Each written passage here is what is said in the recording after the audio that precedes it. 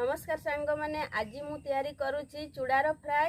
तो वर्तमान मु कढ़ा बसई देछि आउ तापरे तेल गरम हो जाइछि। तो वर्तमान मु पियाज टाकू दे देछि।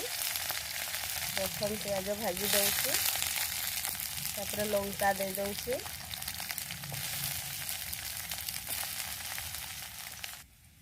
तापरे मु टमाटो कटा को दे देछि तापरे अल्प लुण दे देछि तापरे हळदी दे देछि तापरे अल्प हळदी दे देछि याकू भल भाबरे कर देली। तो सांग माने तापरे देखि पारथिबे मु चूड़ा को आगरु धोई के रखी थिली। तो एबे एठी मु पकई दउछि चूड़ा को। चूड़ा फ्राए बा चूड़ा उपमा याकू आपण माने टिफिन रे भी छुआ को देई पारबे आउ कुआडे गले नै कि टिफिन रे भी जाई पारबे।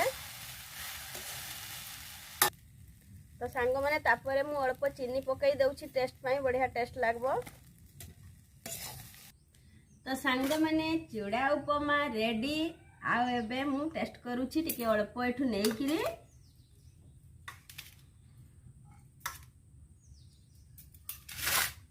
केमती लागुची देखिबा। वाह बहुत टेस्ट है। तो वीडियोटी भल लागुथिले लाइक शेयर चैनल को सब्सक्राइब करिवे। बाय।